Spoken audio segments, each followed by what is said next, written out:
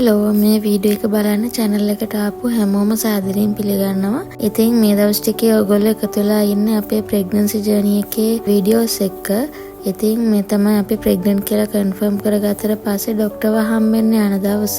මේ වෙද්දි ඇත්තරම අපි දන්නේ නැහැ. කියන්නේ සති වලින් අපි ගණන් කරනවානේ දැන් pregnancy එක මෙච්චර සති ගණනක් කියලා. අනේ ඒකවත් හරියට count කරන්න කොහොමද කියලා දන්නේ නැහැ. ඇත්තරම පොඩි සති ගණනක් මේ වෙද්දි pregnant වුණා හින්දා excitement එකත් නිසා මොන හරි දේවල් මුලදිම කරන්න ඕන දේවල් මිස් වුණොත් කියන හින්දා ඒ දේවල් දැනගන්න අපි ડોක්ටර්ව හම්බෙන්න යනවා. හැබැයි ගියාම වෙන වැඩේ ඔයගලන්ට වීඩියෝ එකේ බලා ගන්න පුළුවන්. ඒ කියන්නේ ලොකු අවුල් දෙයක් නෙමෙයි වෙන්නේ. හැබැයි ડોක්ටර් පුදුම වෙනවා අපි ඉච්චර කලින් ගිය එක ගැන වීඩියෝ එක චුට්ටක් බලාගෙන ඉන්නකො ඒකෙදි හිතා නැති දෙයක් සිද්ධ වෙනවා. තව දෙයක් තමයි මේ වෙනකම් pregnancy series එකේ වීඩියෝස් බලපෑ කියලා තියෙනවා. ඒකෙන් ගොඩක් දේවල් ඒගොල්ලෝ දැනගත්තේ කියලා ප්‍රයිවට් මැසේජ් කරලා ඉතින් ස්තුතියි කියලා තිබ්බා. ඉතින් ඔයගොල්ලෝ දිගටම වීඩියෝස් බලාගෙන ඉන්න තව දේවල් ඔයාලට දැනගන්න පුළුවන් වෙයි. ෆස්ට් ටයිම් මම කෙනෙක් විදිහට මම අලුතින් ඉගෙනගත්ත දේවල් දැනගත්ත දේවල් මේ වීඩියෝ වල කියන්නම්.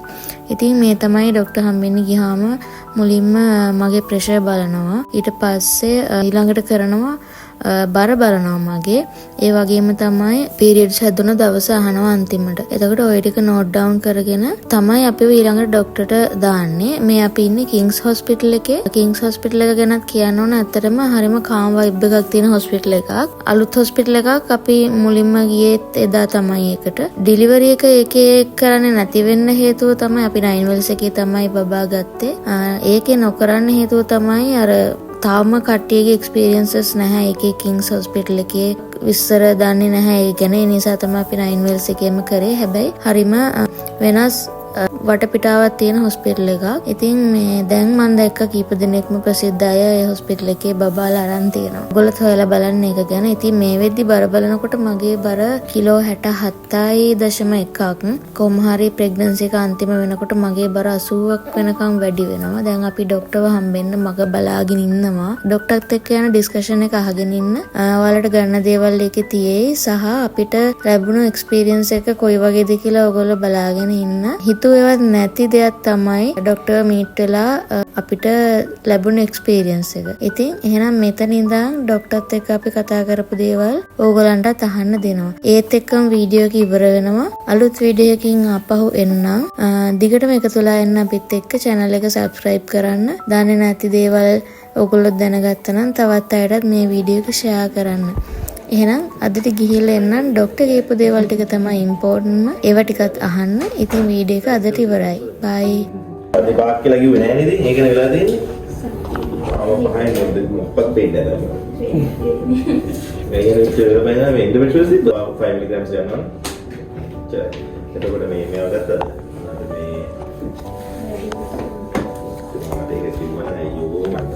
සති පහයි ගොඩක් මම කවසත් වේගින් තරෙන්න කියන්නේ. pregnant වෙන හිතනවා pregnant වෙලා. pregnant වෙන බෑග් එක දාගෙන. අප් එක රේස් කරන්න කිව්වේ නැද්ද මම? කිව්වනේ. කිව්වා. හරි මේ බලන්නේ උදේ pregnant. risk factors එකට අප්සෙටි ගන්නවද? හරි දැන් ඔයා මේක 50 ගානේ ගන්නවා. ඔක්කොම 50. දැන් ඔක්කොම 50. දැන් මෙයා තාම දන්නවද ප්‍රෙග්නන්ට් කියලා? දන්නවා. එන ඒ විදිහට ගන්න තමයි මෙයා දන්නේ නැත්නම් මම කියන්නේ 50 ගානේ දිගටම ගන්න. මෙයා දන්නවද ප්‍රෙග්නන්ට් කියලා? දන්නවා. ඒතකොට පොඩ වැඩි කරලා කිව්වනේ. ඔව්. මේක එහෙනම් මේ දිග හරි ඔක්කොම කරගන්න සති පහට. ඔව්. හරි. එතකොට මේ වෙන පුත් නැහැ නේ අමරදාත දියලිය ප්‍රෙෂර් ඇතිනේ. නෑ. මුල් බඩේ ඔපරේෂන් කළා නේද නැහැ. දැන් තමයි ඉතින් මගේ පැත්තෙන් තියෙන කතාව. දැන් ඔයා වේලපයින් ආපුවම තියෙන දැන් මාසාරි භාවනා හරියට සමාන ස්කෑන් එකේ යන්තම් බොතුරු බෝලක් කරනවා. ඒක උනත් අපි සතුටින් හම්බුනා සතුටේ. ඒක වෙනද යටින් බලන්න. යටිනුත් වෙන්නේ බෝලේ විතරයි. අද මොකද සති 6ක් වෙන්න ඕනේ යටින් ස්කෑන් එකේ හම්බෙන්න. ඒක උඩින් එකේ 7ක් වෙන්න ඕනේ. මේක දැක්කම දැන් මම බය කරපාෂේ පිළිදම්. ඔයා මාව හම්බුනා වියෝජී කෙනෙක් හම්බුනාම හොයන්න ඕන කොහෙද කියලා. දැන් කායිලා තිස්සේ කරපාෂේ පිළිදම් මම ගත්තා. ඒක ප්‍රශ්න. ඒක මම කැමති සතිය දින ආපහු එක දවසින් දෙකම ඉවරයි. ඔව්. ඒක පුඩින් බලන්න පෙවුනත් ඇටි කරනවා.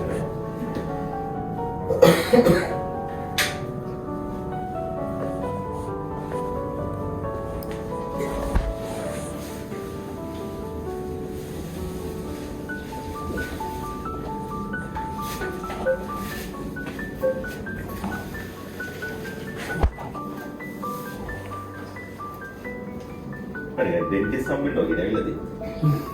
ඇයි කිය? මම කට බලනවා. ඇයි කියන නේ? මම වේදනාව හැටි බලන්නත්.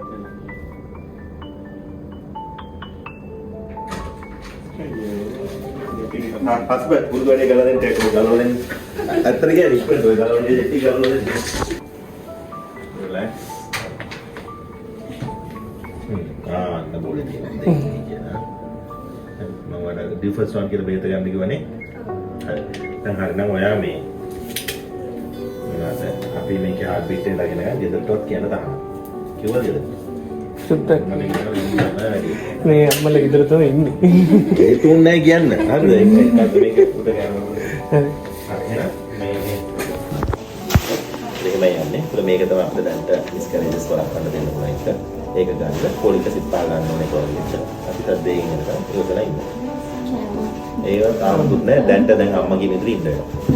සති දෙකකින් පස්සේ මම කියන්නම්. එතකොට මොකද අම්මලාගේ මගේ අතර ලොකු පරස්පර විරෝධීතාවන අවස්ථා කීපයක් තියෙනවා. ඉතින් මේලා දැන් මම හරියට දන්නේ නැහැ මොකද වෙන්නේ කියන නිසා පොඩ්ඩක් ඉන්න ඕනේ. ඒ සති හાર્ට් බීට් එක දැක්ක පස්සේ මගේ පැත්තට වැටෙනවා ගොඩක්. ඒතකොට මම කියන්න මොනවද කරන්න පුළුවන් බැරි කියලා.